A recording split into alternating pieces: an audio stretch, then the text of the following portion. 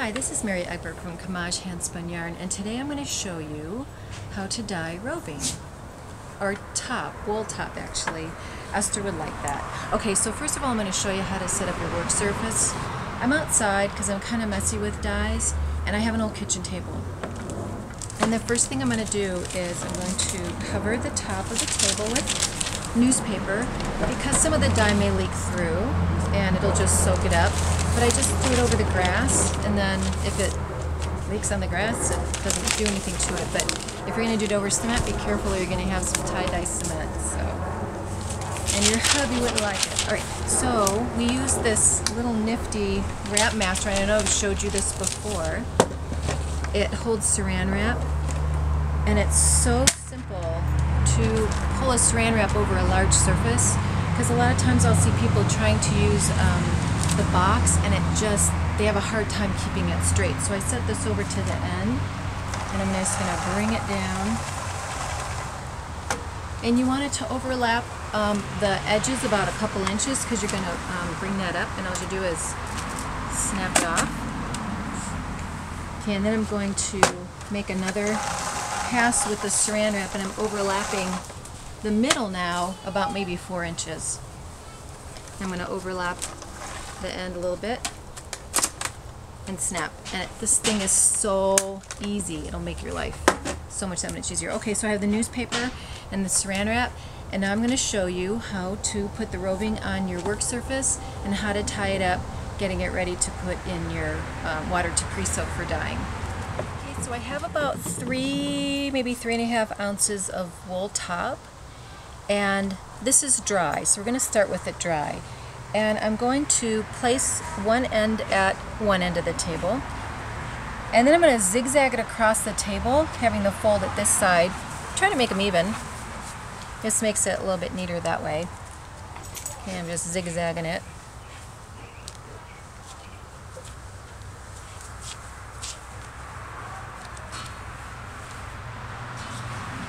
Making sure my ends are even and neat. Okay, there we go. And now I'm going to show you a way to tie this, so you can, when you pull it out of the water, it's not just a clump of top. It'll kind of keep its shape. So I'm going to get a little bit of a close-up and show you how to do that. So I have a cone of yarn that I'm going to use to tie my top with. I guess you could use some string or whatever you want. Just make sure you have enough, so I kind of double it over the edge. Alright, so I'm going to tear it off.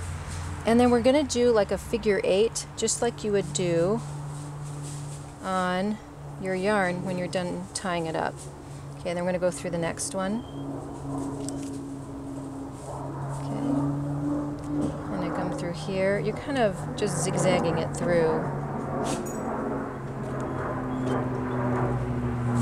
Okay, so I've got all the pieces of roving. I'm just going to give a little tie. Okay, so it's secured, but it's not tied in one big clump. And I'm going to do it 2 more times, and I'm going to come back and show you a little trick. So here's the little trick I did. I have all 3 pieces tied with my figure 8, and I'm taking a fairly long string, and I'm putting it through one of the figure 8 strings. So I have 1, and then I have 2, and then I have 3. So when I attach them all together, or hold them all together, and then I put it in the water, and then I can just pull it out of the water and then just set it back down to be dyed. So I'm going to go ahead and soak this in some acid solution. You can either use some vinegar or some Synthropol, about a half a teaspoon of Synthropol, or you can use a half a teaspoon of soap, or you can use some vinegar. So let's wet this out, and it takes about 30 minutes. So I'll be back and we'll finish the dyeing process. So my top is wetted out. I let it soak in warm water about 30 minutes. And you're going to want to put some gloves on so you don't get your hands full of dye. Now I took off the strings because I don't need them anymore. That was really for when I was just soaking it. So I'm going to be using some red, some green, and some yellow. So I'm going to be using the primary colors. And my main objective is when the primary colors blend together, we'll get secondary colors. How about that? So we've got some red, This is a dye stock, and I did do another video on how to make some dye stock, so give that a look. See? Okay, so I'm just gonna put the dye stock on the fiber. So that's red. I got some yellow. And do some green. So I'm just gonna go up and down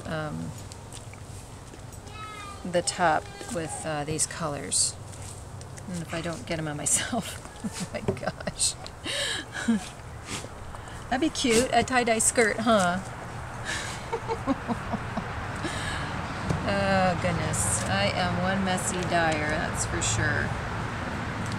Okay, so I do it a little, I give it kind of a once, just a little bit of pass, and then, so I don't want to use up all my dye at first, and then I can see how much I have left.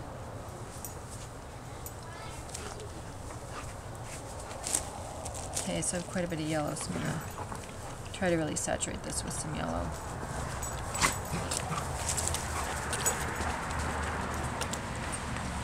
Some more green on.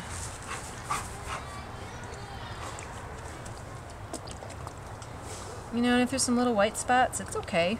The white spots look cool once it's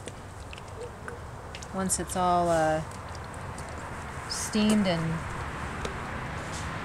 dried, and the white spots I think are cool.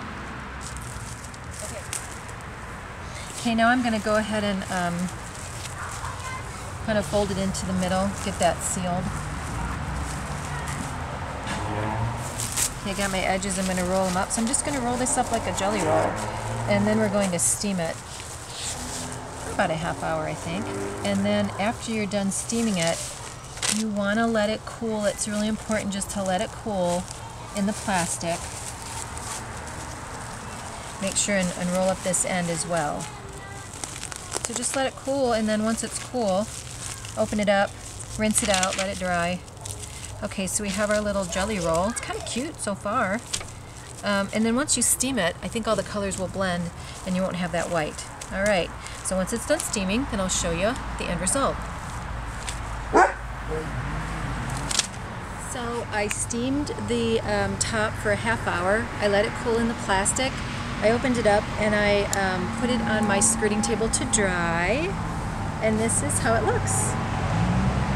Look how pretty that is. There are some white spots in it, but when you spin it, it's going to look really cool. Okay, now I'm going to show you how to make a chain. Some people just like to store it in a bag, but I'm going to show you how to make a chain. So you make a little slip knot here.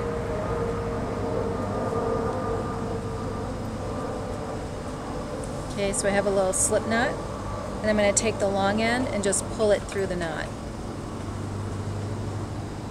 I have another little loop. I'm just going to pull it through. And if you sell your top, you would probably like to put it into a chain, and then roll it up and make it look pretty. You know, the prettier your things look in a photo, the better they're going to sell.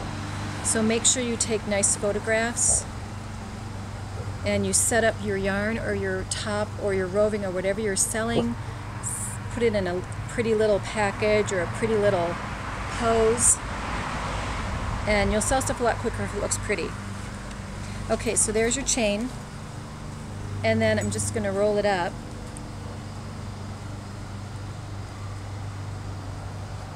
There we go. So this is how I would put it down. You know, I just set it down, I take a picture of it. Now doesn't that look prettier than just a clump of top? So there you go. That's how you dye top with a squirt bottle. If you have any suggestions, please send them to kamagehandspunyarn@yahoo.com, and go dye something pretty.